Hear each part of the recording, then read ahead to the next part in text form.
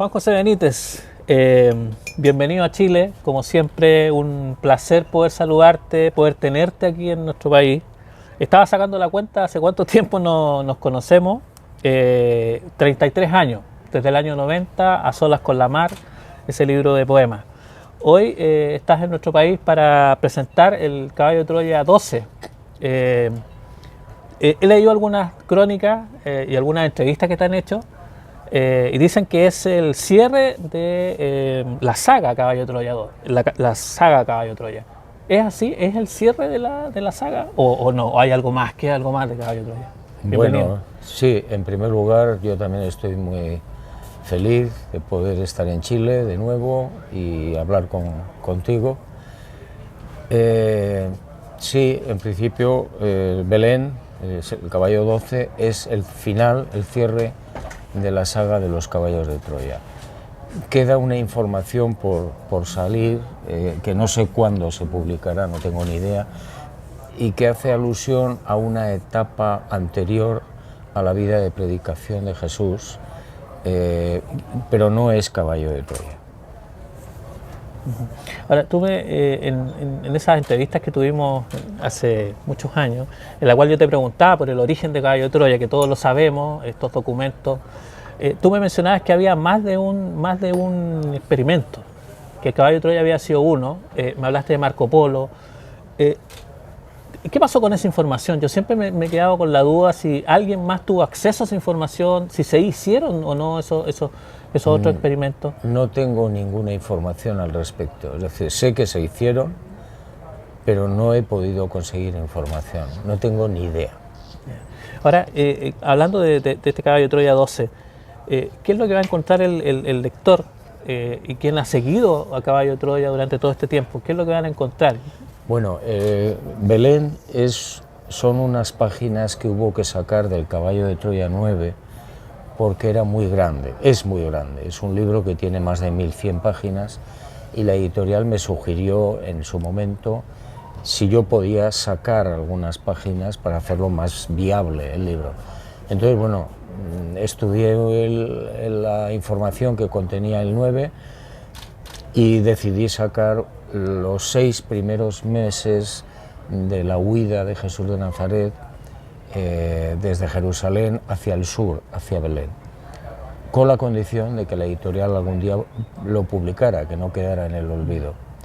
Y bueno, pues ahí lo que se toca es esa época, esos 6 meses en los que Jesús y su grupo tienen que huir porque el Sanedrín, los sacerdotes, establecieron una orden de caza y captura y tuvieron que marchar, el primer sitio en el que paran es Belén, luego siguen hacia el sur, están en el Mar Muerto, visitan a los esenios, bueno, hay una serie de historias, de aventuras, que yo creo que son muy interesantes. Sí, hay algunos elementos que uno, quizás algunas personas sin ser católicos siempre le han interesado y que aparecen en este libro, que tienen que ver con la estrella de Belén, por ejemplo, los Reyes Magos, y también este tema de la matanza de los niños, que fue, sí, digamos, el origen también de que tuvieran que escapar. Para mí, la matanza de los inocentes es quizá una de las secuencias del libro más interesantes. ¿Por qué? Pues porque habla de aspectos que no conocíamos, ¿no? En los evangelios canónicos apenas se menciona el asunto y fue muy grave, murieron degollados, según dice ahí en Caballo de Troya, aproximadamente 16 niños, entre los que estaban en Belén y una aldeíta perdida de la que tampoco se menciona nunca nada en los evangelios canónicos, que se llamaba Gilo. Y aparte de la muerte de estos niños menores de 2 años, lo más trágico para mí es descubrir que la guardia gala de Herodes el Grande, que es la que se ocupa de matar a esos niños, lo que hizo fue violar a las madres y a las hermanas. Bueno, eso provocó un caos en las 2 aldeas, hasta el extremo que cuando llega Jesús en esta fuga, en esta huida a la zona de Belén, la gente se acuerda de lo que pasó y de alguna manera lo hacen culpable a él. Claro. Claro. Indirectamente era el causante, digamos, de... Sí, Claro, y ahí hay toda una tradición también de las familias, cuando pasan este tipo de cosas. sí. Había una costumbre, que llamaban la ley de la sangre, porque la mayor parte de esa gente que vivía ahí eran beduinos. Y la ley de la sangre lo que decía es que si alguien mata a otra persona, la familia y la tribu o el clan tenían derecho a perseguir al asesino y a su familia. Claro. Entonces, al margen incluso de la ley. Claro, se habla hasta la cuarta generación. Hasta la cuarta generación. Entonces, ahí se da una circunstancia que no es conocida para nadie, por lo menos yo no la conocía, de una hermana de uno de los niños muertos por Herodes, que trata de vengarse de Jesús de Nazaret. Y bueno, se dan una serie de circunstancias que no voy a contar. Que están acá en el libro. También hacen mención de la relación que tenía Jesús con su madre también. Sí. Que en algún momento fue un poco difícil, digamos. Difícil, tensa, porque tampoco lo cuenta la Biblia ni la religión, ¿no? Porque la madre tenía una idea muy concreta de lo que iba a ser su hijo. Ella interpretó la aparición del ángel y lo que le comunicó en su momento como que Jesús de Nazaret iba a ser el Mesías libertador, político, militar, que llevaría a Israel a la cima. Sí. Y Jesús se lo explicó muchas veces, dijo, no es mi trabajo, no es mi papel, yo no soy el Mesías. Bueno, eso provocó un enfrentamiento, un distanciamiento, que prácticamente duró hasta el final. Claro. Es decir, cuando Jesús muere en la cruz, la madre seguía pensando que su hijo era el libertador. Claro. Hay otra cosa que tú has dicho y que siempre ha llamado la atención, y que tiene que ver con la naturaleza de Jesucristo, o de Jesús, una naturaleza no humana. ¿Cómo eso se plasma en el caballo de Troya? ¿En qué etapas queda demostrado eso? Bueno, es un tema difícil de entender. ¿Por qué? Pues porque yo no comprendo, ni creo que nadie en el mundo puede comprender en qué consiste que un ser humano, un hombre, tenga la naturaleza humana, su mente humana, lógicos, y al mismo tiempo una naturaleza divina. Pero bueno, yo lo acepto y me pareció interesantísimo porque es lo que permite entender los prodigios, los milagros que hizo.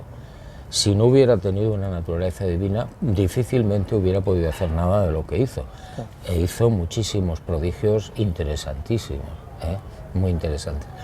Bueno, él lo descubre esto cuando ya tiene 31 años.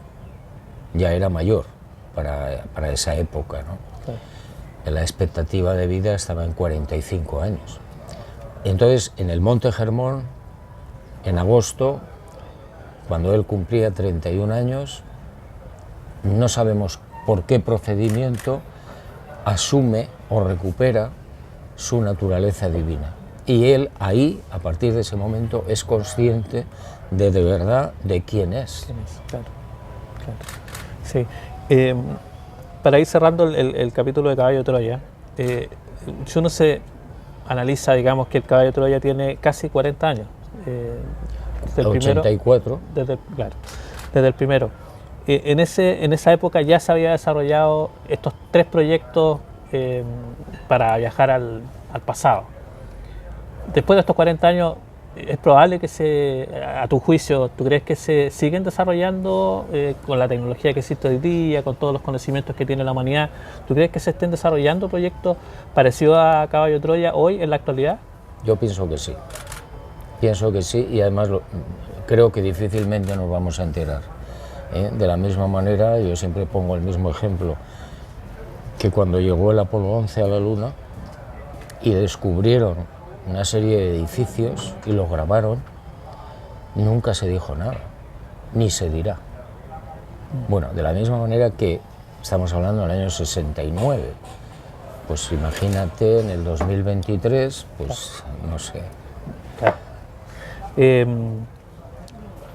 Siempre que conversamos, tú me dices que tienes varios libros ahí en el cajón esperando ser publicados. ¿En qué está Juan José Benítez hoy? Además de estar lanzando este libro, presentándolo a nivel latinoamericano hoy. Pues sigo más o menos en la investigación, no tan intensamente como hace unos años, en parte porque yo vengo de pasar una prueba difícil, Sí, claro. con el fallecimiento de mi mujer, pero bueno, eso ha pasado ya 2 años y pico, y yo me estoy recuperando, gracias a Dios, y sigo investigando, pero lo hago quizás de una manera más pausada y más selectiva.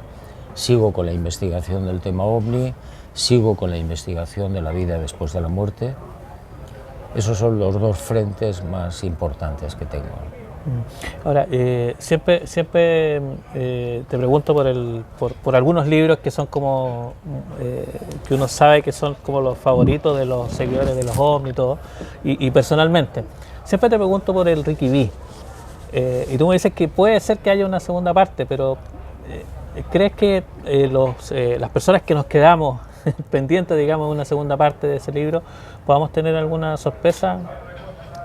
Espero que sí, me lo han comentado alguna vez y yo tengo ya mucha información sobre esa segunda parte.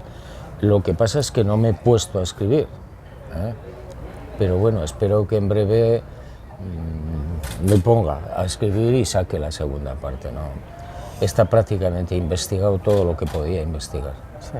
A propósito del fenómeno OVNI hoy, ¿qué te parece lo que está pasando en torno al fenómeno OVNI, esta desclasificación, esta apertura del Pentágono, estas reuniones, la NASA? ¿Tú crees que es una apertura real o crees que hay algo detrás? Yo conozco, digamos, un poco tu visión con respecto a esto de las desclasificaciones y todo eso. Mira, todo esto que está saliendo, que ha salido sobre el Pentágono, los pilotos de la Navy, etcétera, está bien, me parece muy bien que reconozcan que sí, que vieron algo, que lo filmaron y tal, pero eso es, desde mi punto de vista, el chocolate del loro. Porque si tú quieres decirle a la opinión pública lo que verdaderamente está sucediendo, lo único que tienes que hacer, sencillamente, es informar a la gente de la nave que cayó en Roswell. Con eso se acabaron todas las dudas, problemas, incertidumbres. Pero no lo hacen, ni lo harán. Por tanto, todo esto del Pentágono, me parece que son cortinas de humo y tomaduras de pelo. Ahora, yéndonos al terreno local, lo conversábamos antes de comenzar la entrevista, uno de los casos que a ti te interesa de nuestro país tiene que ver con el caso Valdés. No sé si tú has podido seguir las declaraciones que ha tenido Armando Valdés desde que tú conversaste con él hasta ahora. ¿Qué te parece la visión que tiene Armando Valdés hoy del fenómeno que vivió en la Pampa Yujún? Bueno, yo no estoy de acuerdo con Armando Valdés, con lo que dice ahora, ¿no? Yo lo recuerdo que una vez, hace muchos años, en Temuco, cuando él estaba ahí, me fui a verlo y ya me empezó a hablar de que, bueno, según su iglesia, pues los ovnis eran el demonio, ¿no? Y bueno, yo ya empecé a ver que se desviaba, no le presté demasiada atención, pero bueno, mira, yo siempre me acuerdo de ti porque cuando terminé más o menos la investigación del Cabo Valdés, yo me encontré con otro caso en el sur de Chile, en septiembre de ese año. Valdés fue en abril, si no recuerdo mal, del 77, Sí. y esto ocurrió en septiembre, pero mucho más al sur. Y en ese momento me contaron los protagonistas cómo de repente en la granja donde vivían apareció una nave, se asustaron muchísimo, bueno, total, la nave se fue y por la mañana cuando se levantaron, cuando se despertaron, había el matrimonio, y creo recordar que eran 7 o 6 hijos, eran, me parece, como 3 varones.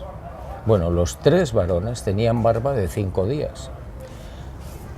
Y claro, yo me acordé de inmediato de Valdés, ¿no? Dije, bueno, pues parece el mismo caso, en la misma fecha, o casi parecida. Y bueno, y me acordé de ti, ¿no? Dije... Dentro de un mismo territorio, o sea, increíble.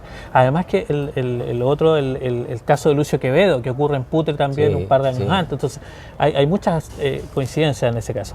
Ahora, siempre, y tú lo has mencionado, que tú tienes información con respecto a la investigación que se hizo del caso Valdés, incluso información que te entregó Augusto Pinochet. Te lo pregunto nuevamente, porque te lo he preguntado varias veces. ¿Da el caso Valdés da como para un libro? Tú me dijiste que una vez que todavía quizás no.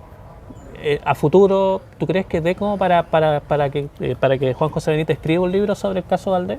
No creo, no creo. Mira, la información confidencial que me proporcionó el general es una parte pequeña donde se comenta, se habla, se escribe de los interrogatorios que le hicieron a Valdés, sobre todo los médicos, los psiquiatras, pero no aporta demasiado al caso. Es, bueno, pues una batería de opiniones científicas, médicas y tal. Yo incluso hablando, como te estoy comentando, con los testigos que vieron esa nave en el sur, tampoco veo como para hacer un libro. Es un caso muy interesante, o 2 casos muy interesantes, porque a todo esto los testigos del sur, digámoslo así, de la nave, tuvieron sueños con los seres que probablemente podían ir en esa nave. Y eso también me pareció interesante, ¿no? No definitivo, pero interesante. Porque probablemente esos seres que vieron en los sueños podían ser los que ocupaban las naves en los 2 casos. Pero bueno, como hipótesis. Pero yo no lo veo como un libro. Es un caso clásico en la ufología mundial, muy interesantes, pero no veo, vamos, yo no lo veo como un libro, ¿no? Pasando a los otros libros que ha escrito, hay uno que especialmente me marcó mucho a mí después de que fallecieron mis padres. Yo te contaba una experiencia, digamos, que me pasó, una experiencia muy fuerte, digamos, que tiene que ver justamente con eso. Estoy bien. Y tú lo mencionabas, la muerte de Blanca. ¿Cómo estás hoy? ¿Cómo está hoy?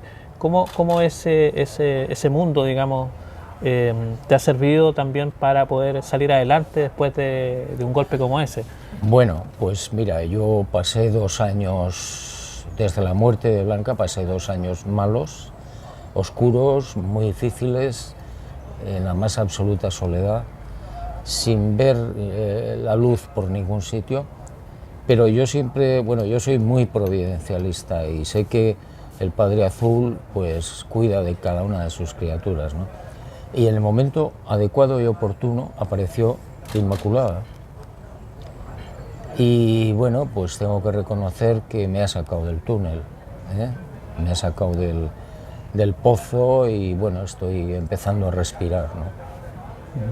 Ahora, en lo pronto, ¿qué es lo que viene en términos de investigación? En términos estás viajando a presentar el libro, pero Sí. tú también viajas mucho sin que se sepa. Sí. Tú has estado en Chile varias veces sin que nosotros nos enteremos. Sí. ¿Cómo está ese proceso de investigación? ¿Cuáles son tus destinos? Pues mira, este año, en octubre o noviembre, sale Las Guerras de Yahvé.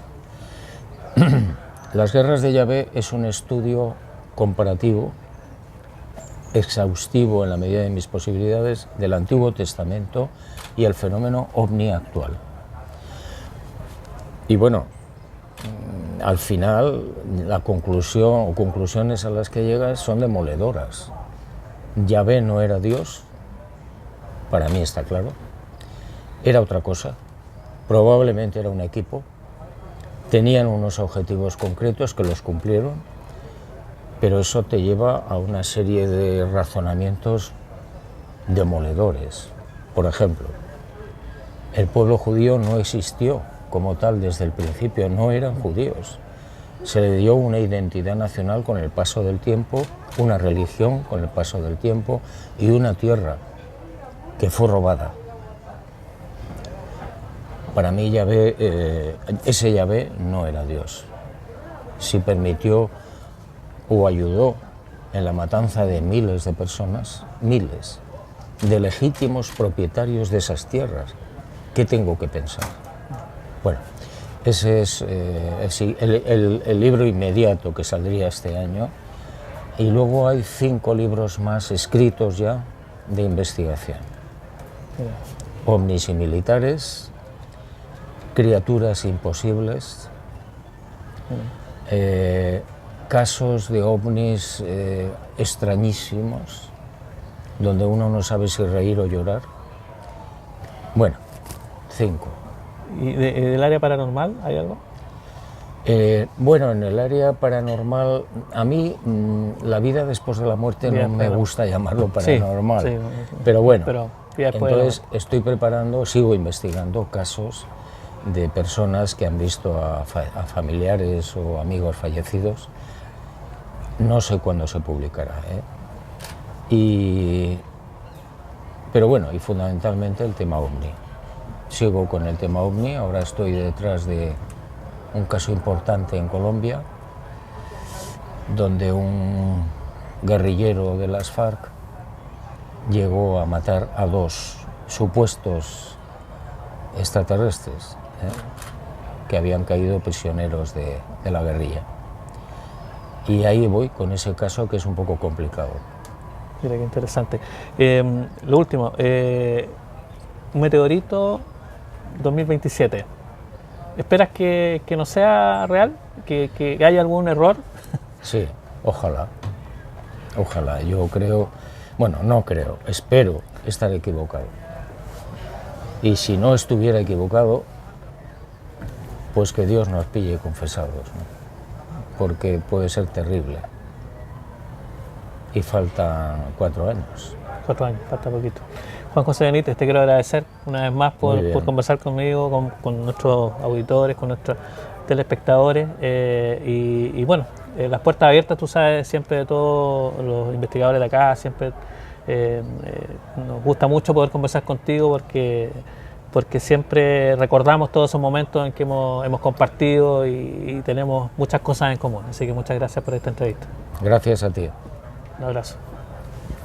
Gracias.